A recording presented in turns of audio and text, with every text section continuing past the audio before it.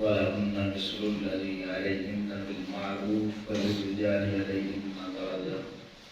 تمامی آقام کو السلام علیکم ورحمۃ اللہ وبرکاتہ۔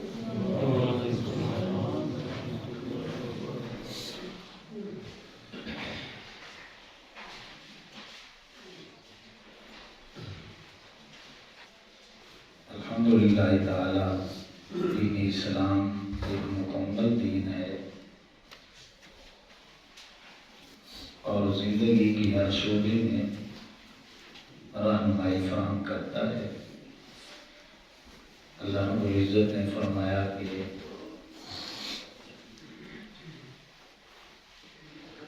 عورتوں کے ویسے ہی حقوق ہیں جیسا کہ ان پر مردوں کے حقوق ہیں۔ وَلِلرِّجَالِ عَلَيْهِنَّ دَرَجَةٌ، اور مردوں کو ایک درجہ فضیلت حاصل ہے۔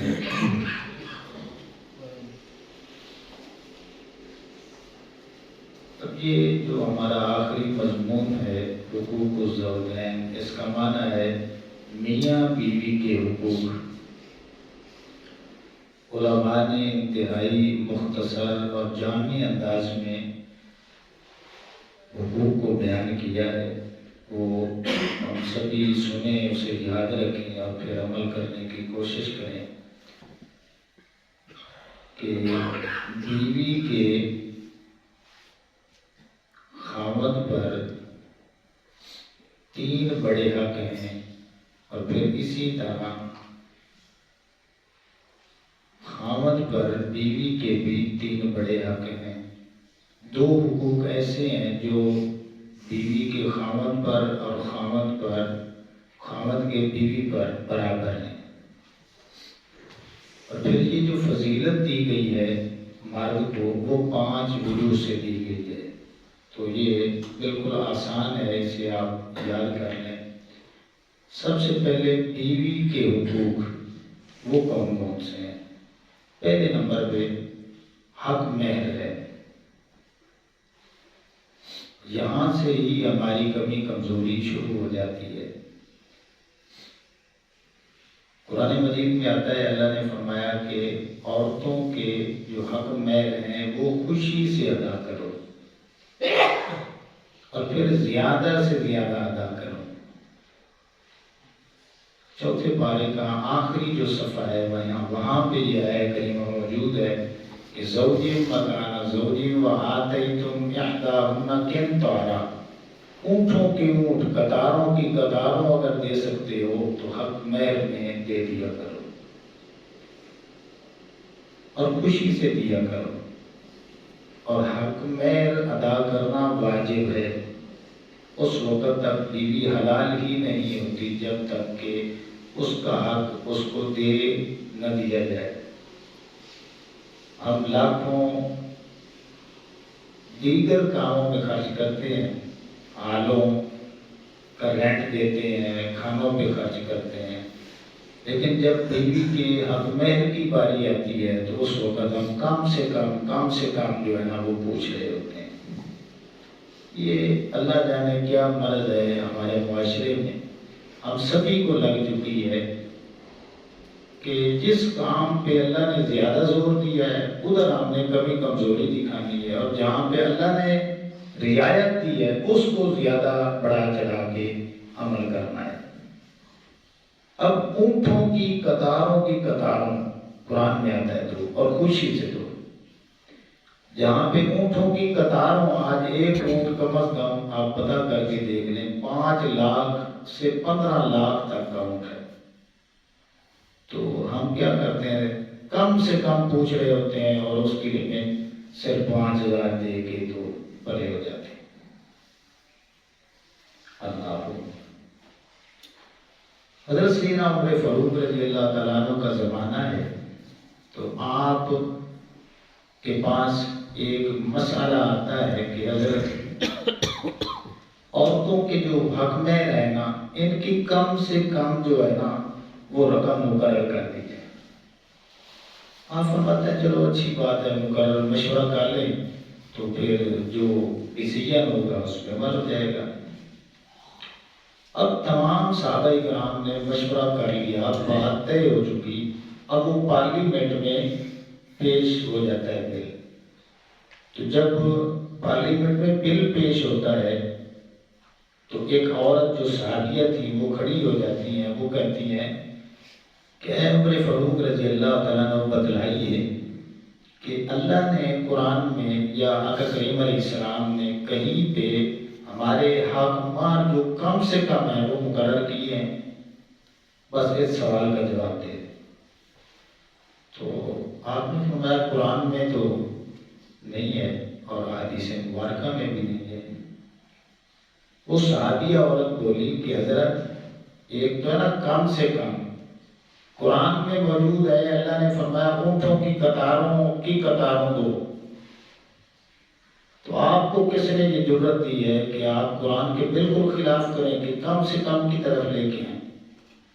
اب سیدنا عمر فاروق رضی اللہ تعالیٰ نے پوچھا کہ کوئی دلیل دو نا، قرآن کی کوئی واضح آیت دو۔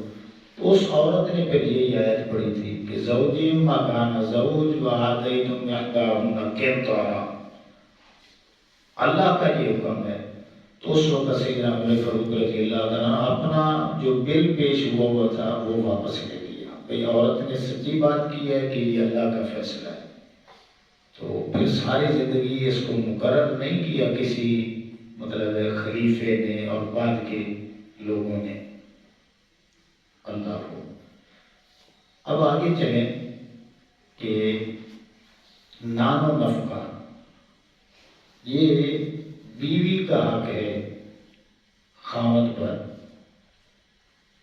کہ نان و نفقہ سے کیا مراد ہے؟ بنیادی تمام ضروریات جس میں کھانا پینا ہے، کپڑے ہیں اور پھر رہائش ہے، اپنی بساط کے مطابق، اپنی ہمت طاقت کے مطابق جتنی اچھی سے اچھی وہ پرووائڈ کر سکتا ہے، یہ بیوی کا حق ہے خاوند پر، اور یہ واجب ہے۔ حق مہر بھی واجب ہے، نان و نفقہ بھی واجب ہے۔ ایک حدیث پاک جو بخاری میں موجود ہے، حضرت ابو سفیان رضی اللہ تعالیٰ عنہ کی بیوی حضرت ہند رضی اللہ تعالیٰ عنہ، حضرت ام المؤمنین عائشہ صدیقہ رضی اللہ تعالیٰ عنہ بیان کرتی ہیں کہ یہ آقا کریم علیہ السلام کی خدمت میں حاضر ہوئی اور کہنے لگی یا رسول اللہ صلی اللہ علیہ وسلم، میرا جو خامد ہے نا یہ اپنے بچوں پہ خرچ نہیں کرتا، ایک تو ہے نا بھائی مالی طور پہ کمزوری ہو، نہیں سردار ہے، رئیس ہے، پیسہ بھی ہے، سب کچھ دیا ہے، لیکن پیسہ لگاتے ہوئے بڑی اسے پریشانی بنتی ہے، یہ نہیں لگاتا۔ تو اب میرے لیے کیا حکم ہے، کیا بن بتائے میں اس کا مال جو ہے اپنے بچوں پر ضرورت کے مطابق استعمال کر سکتی ہوں؟ تو آقا کریم علیہ السلام نے فرمایا ہاں، بن بتائے ضروریت کے مطابق اپنے اوپر، اپنے بچوں کے اوپر۔ اگر بتانے سے لڑائی جھگڑا یا اس طرح کا معاملہ ادھر جاتا ہے تو بن بتائے ضرورت کے مطابق تو اپنے اوپر اور اپنے بچوں کے اوپر خرچہ اتنا لے سکتی ہے، یعنی نان و نفقہ اتنا ضروری ہے، اس میں کمی کمزوری کی گنجائش نہیں ہے۔ تیسرا حق سنیں کہ وہ ہے اگر ایک سے زیادہ بیویاں ہیں تو پھر ان میں عدل قائم رکھنا۔ ایک تو ہے کہ قلبی اور فطری ملان کسی کی طرف ہو جائے تو یہ الگ بات ہے، مگر جو ظاہری تقاضے ہیں ضروریات کے حوالے سے ان کو برابر پہ رکھنا، عدل قائم کرنا اور ساتھ لے کے چلنا سبھی کو، یہ شریعت نے جو ہے نا سختی کے ساتھ حکم دیا ہے کہ اگر یہ نہیں کر سکتا نا تو پھر دوسری شادی کی اجازت بھی نہیں ہے۔ عدل کرے گا تو پھر اجازت ہے، نہیں کر سکتا تو اللہ نے فرمایا ایک پر بھی تو جو ہے وہ راضی ہو جائے۔ اب یہ تین بڑے حق ہیں، جو نیچے دو ہیں وہ میں چھوڑ رہا ہوں کیونکہ وہ خامد کے بیوی پر اور بیوی کے خامد پر دونوں میں برابر کے ہیں۔ تو اب ہم بیوی کے یہ تین حق تو جو خامد پر ہے وہ میں نے بیان کر دی ہے، حق مہر ہے، نان و نفقہ ہے اور بیویوں میں عدل ہے۔ اب یہ مرد کے حوالے سے، خامد کے حوالے سے جو حقوق عورت پر عائد ہیں وہ سن لیں۔ پہلا حق یہ ہے مرد کا اپنی بیوی پر اطاعت کرنا واجب ہے۔ کیا ہے؟ اطاعت۔ اب اطاعت کس زمرے میں ہے وہ بھی سن لیں۔ ہر جائز کام میں، چاہے وہ دین کا ہے یا چاہے دنیاوی حوالے سے ہے، خامد نے جب کہہ دیا ہے تو اس پہ عمل کرنا ہو جائز کام، تو یہ حکم جو ہے اس کا درجہ یہ ہے کہ اس کی اطاعت کرنا واجب ہے۔ اس حد تک واجب ہے، آقا کریم علیہ السلام نے پھر وضاحت کی کہ اگر کوئی خامد اپنی بیوی کو بلاتا ہے اور پھر وہ بلانے پر بھی نہیں آتی اور اپنے بستر پہ جو ہے وہ سوئی رہتی ہے، تو آقا کریم علیہ السلام نے فرمایا یہ عمل اللہ کو اتنا ناپسندیدہ ہے کہ اللہ فرشتوں کے ذریعے پوری رات اس پہ لعنت بھیجتا رہتا ہے۔ پوری رات فرشتے اس پہ اللہ کے حکم سے لعنت بھیجتے رہتے ہیں۔ یہ اس کے خامد نے بلایا ہے اور اطاعت واجب ہے، جب اس نے حکم دے دیا ہے تو پھر کیوں نہیں آئے گی؟ اسی لیے شریعت اسلامیہ نے یہ قاعدہ مقرر کیا ہے کہ بیوی جو ہے وہ خامد کے ہوتے ہوئے نفلی روزہ بھی نہیں رکھ سکتی۔ یہ فرضی روزوں کی بات نہیں ہے، نفلی روزہ بھی خامد کی اجازت کے بغیر نہیں رکھ سکتی۔ اب دوسرا بڑا حق وہ سن لے کہ بیوی خامد کی اجازت کے بغیر گھر سے نہیں نکل سکتی۔ یہ ذہن میں رکھ لیں، یہ بڑی بڑی بات ہے، اس پہ جو ہے عورتوں کو سمجھنا چاہیے۔ اس حد تک کہ ایک صحابی تھے، وہ کاروبار کے سلسلے میں گھر سے جانے لگے تو انہوں نے اپنی بیوی کو کہا کہ کچھ بھی ہو جائے گھر سے نہیں نکلنا، یہ اتنے ماہ میں نے ادھر رہنا ہے تو اتنے ماہ کا میں نے وہ سارے کا سارا، اس سے بھی زیادہ خرچ میں نے گھر میں لا کے رکھ دیا ہے، کچھ بھی ہو جائے گھر سے نہیں نکلنا۔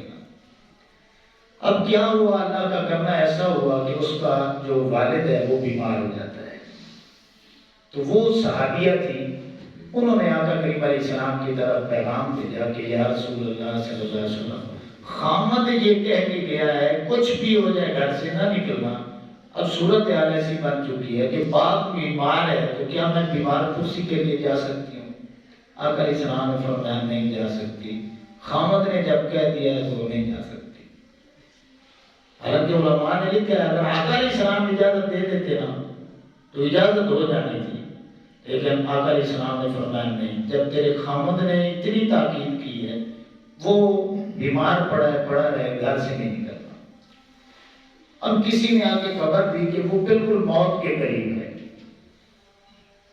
والد نے پیغام بھیجا ہے کہ بیٹی اب یہ چہرہ نا ہمیشہ کے لیے زمین میں چلا جائے گا، آخری ملاقات کر لے۔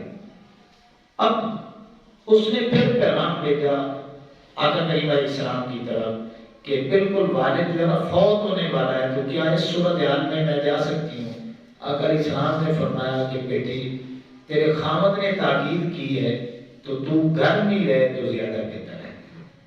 اب کیا ہوتا ہے، باپ فوت ہو جاتا ہے،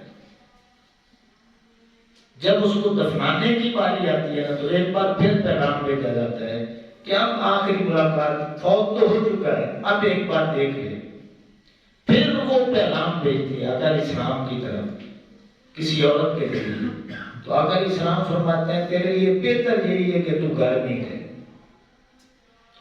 اب کیا ہوتا ہے، باپ کو دفنا دیا جاتا ہے اور وہ عورت پریشان رہتی ہے کہ میں گھر میں ہی ہو کے رہ گئی اور باپ میرا پڑوس میں ہی مرتا رہا، میں ملاقات نہیں کر سکی، دیکھ بھی نہیں سکی۔ جب اسے دفنا دیا گیا، سارے معاملات ہو چکے، تو آقا علیہ السلام نے ایک عورت کے ہاتھ پیغام بھیجا، بیٹی تجھے مبارک ہو، اب ممکن تھا کہ اللہ رب العزت تیرے باپ کو سزا دیتا، تیری اپنے خامد کی اطاعت کی وجہ سے اللہ نے تیری باپ کی بخشش کر دی۔ تو بیوی خامد کی اس حد تک اطاعت کرے کہ گھر سے بھی نہیں نکل سکتی، اجازت لے، خامد اجازت دے دے، پھر ہو جا سکتی۔ اب تیسرا حق سن لے کہ اگر خامد نے منع کر دیا ہے بیوی کو کہ وہ فلاں کام نہ کرے، یا وہ یہ کام نہیں کر سکتی، گھر سے باہر نہیں جا سکتی، یا اس عورت کے ساتھ نہیں مل سکتی، یا ان رشتہ داروں کے پاس نہیں جا سکتی، کہہ لیں کہ جن کاموں سے منع کیا ہے تو وہ فوراً رک جائے۔ اگر وہ کرے گی تو اس کا ہر لمحہ وہ معصیت میں، گناہ میں لکھا جائے گا۔ یہ تین حق بیوی کے مرد پر اور مرد کے بیوی پہ دونوں طرف میں نے آپ کے سامنے رکھے۔ اب دو حقوق ایسے ہیں جو دونوں طرف برابر ہیں۔ ایک ہے حسن معاشرت، اور اس کی وصیت حدیث مبارکہ میں بخاری میں، مسلم میں موجود ہے کہ آقا علیہ السلام نے فرمایا حسن معاشرت یہ ہے کہ دونوں میاں بیوی ایک دوسرے کی عزت نفس کا خیال رکھیں، سمجھیں کہ کون سی بات اس کو بری لگتی ہے، وہ سمجھے کہ اس کو کون سی بات بری لگتی ہے، اچھے القابات کے ذریعے، اچھے ناموں کے ذریعے، اور اگر بچے ہیں تو ان کی نسبت سے ایک دوسرے کو بلائیں تو یہ زیادہ بہتر ہے، نام کے ذریعے نہ بلائیں۔ آقا علیہ السلام نے حضرت ام المؤمنین عائشہ صدیقہ رضی اللہ تعالیٰ عنہا کا نام رکھا ہوا تھا، پیار سے جب بلانا ہوتا تو حضور فرماتے حمیرہ ادھر آؤ، عائشہ نہ بلاتے حمیرہ ادھر آؤ۔ تو آپ اپنی بیوی کا اور بیوی اپنے خاوند کا جو نک نیم ہے، اچھا نام ہے، یا اولاد کے حوالے سے کہ فلاں کے ابو، وہ کہتے کہ فلاں کی امی، تو یہ شریعت نے ہمیں درس دیا ہے کہ یہ ادب والے الفاظ ہیں، تو آپ نے ادب ایک دوسرے کا ملحوظ خاطر رکھنا ہے، عزت نفس کا لحاظ رکھنا ہے۔ یہ دونوں طرف برابر کے حقوق ہیں۔ اور آخری حق جو دونوں طرف برابر کا ہے وہ یہ ہے رفاقت کا۔ ہمارے معاشرے میں، رسالوں میں، کتابوں میں جہاں پہ بھی پڑھیں گے وہاں پہ لکھا ہوا ہوگا کہ شریک حیات، آپ بھی نہیں بولتے شریک حیات۔ علماء نے لکھا ہے اللہ کے بندو، یہ جس دین کی ہم ماننے والے ہیں، بیوی شریک حیات نہیں ہے، رفیق حیات ہے۔ شراکت میں لڑائی ہوتی ہے، رفاقت میں ایک دوسرے پہ قربانی دینے کا درس ملتا ہے۔ جب یہ نکاح ہوا تھا تو اللہ اور اس کے رسول صلی اللہ علیہ وسلم ضامن بنے تھے، ٹھیک ہے نا؟ تو ضمانت کی وجہ سے جو رشتہ وجود میں آیا ہے وہ شراکت پہ نہیں ہے۔ آپ دیکھ لیں جتنے بھی دنیا میں کاروبار ہوتے ہیں، شراکت میں کیا ہوتا ہے؟ ایک صاحب اپنی طرف کھینچتا ہے، دوسرا اپنی طرف کھینچتا ہے، تو اینڈ ریزلٹ لڑائی ہو جاتی ہے۔ شراکت میں ہوتا ہے آدھے کا برابر کا شریک، ٹھیک ہے نا؟ تو عورت جب کہے گی کہ آدھا گھر میرا ہے، مرد کہے گا میرا ہے، تو جب مرد عورت کی چیزیں استعمال کرے گا اور عورت مرد کی چیزیں استعمال کرے گی اور چھوٹی چھوٹی پیسے ہوں گی کہ یہ میرا سامان ہے، تو پھر لڑائی ادھر سے پڑ جائے گی۔ تو جب رفیق حیات سمجھیں گے کہ یہ دکھ اور سکھ کے ایک دوسرے کے ساتھی ہیں، غمی اور خوشی کے برابر کے شریک ہیں، آسانی اور پریشانی میں برابر کے شریک ہیں، اور قربانی دیں گے۔ اب ان کو سادے لفظوں میں اگر سمجھنا چاہتے ہیں، رفاقت میں محبت بڑھے گی، ٹھیک ہے نا؟ رفاقت میں محبت پیدا ہوگی اور شراکت میں ایک دوسرے سے نفرت پیدا ہوگی۔ اب یہ حقوق میاں کے بیوی پر، بیوی کے اپنے خاوند پر میں نے آپ کے سامنے رکھے۔ اب جو آخری جملہ ہے اللہ نے فرمایا مردوں کو ایک درجہ فضیلت حاصل ہے، وہ صرف 5 وجوہات کی بنیاد پہ اللہ نے مرد کو عورت پہ فضیلت دی ہے، وہ سن لیں۔ ایک تو یہ مرد ہے، کیا ہے؟ کیا ہے؟ مرد ہے۔ مرد ہونا بہت بڑی فضیلت ہے۔ اللہ رب العزت نے اس دنیا میں سب سے جو بڑے رتبے تھے نا، سب سے بڑے رتبے 2 تھے، ایک نبوت کا تھا، دوسرا رسالت کا تھا۔ وہ اللہ نے عورت کو دیا ہی نہیں ہے، وہ صرف مرد کو عطا کیا۔ تو اس لحاظ سے جب اللہ رب العزت نے پہلے دن سے فیصلہ کر لیا کہ جو میری بارگاہ میں سب سے بڑے 2 رتبے ہیں وہ میں نے عورت کو نہیں دینے، وہ مرد کو ہی دینے ہیں، تو یہ ایک فضیلت کا سبب تھا کہ اللہ نے پھر عورت پہ جو ہے نا ترجیح دے دی، ایک درجہ فضیلت دی۔ ایک وجہ۔ دوسری وجہ یہ ہے کہ جسمانی طور پہ مرد جو ہے وہ طاقتور ہوتا ہے عورت کی بنسبت، تو اس جسمانی قوت کی وجہ سے اللہ نے پھر عورت پہ مرد کو فضیلت دے دی۔ اور تیسری بات یہ ہے کہ قوت فیصلہ کی وجہ سے، کہ مرد میں جو قوت فیصلہ ہے وہ عورت میں نہیں ہے۔ چوتھے نمبر پہ عقل کی قابلیت کی وجہ سے، عورت کا جو عقل ہے وہ شریعت نے اسے ناقص قرار دیا، ٹھیک ہے نا۔ مرد کا جو عقل ہے وہ کامل ہے، اس بنیاد پہ اللہ نے پھر مرد کو عورت پہ فضیلت دے دی ہے۔ اور پانچویں بات یہ ہے کہ عورت اگر باہر کے کام نہ کرے، یہ شریعت نے اس پہ کوئی حکم جاری نہیں کیا، وہ گھر میں رہے، ذمہ داری باہر کے جتنے معاملات ہیں، خرچ اخراجات ہیں، دوڑ دھوپ ہے، بھاگنا ہے، کمانا ہے، وہ مرد کی ذمہ داری ہے۔ تو جتنی مشکلات باہر وہ ذلت کاٹتا ہے، عورت تو گھر میں بیٹھی ہے، تو اس کی محنت کی وجہ سے، مشقت کی وجہ سے اللہ نے پھر مرد کو عورت پہ فضیلت دے دی ہے۔ تو یہ 5 وجوہات ہیں جو اللہ نے عورت پر جو فضیلت دی ہے مرد کو، 5 وجوہات کی بنیاد پہ دی ہے۔ تو میں دعا کرتا ہوں کہ اللہ رب العزت ہمیں ان حقوق کو یاد کر کے یاد رکھنے کی، اور پھر ایک دوسرے کا خیال رکھنے کی، اور ان حقوق کی ادائیگی کی اللہ میں توفیق عطا فرمائے۔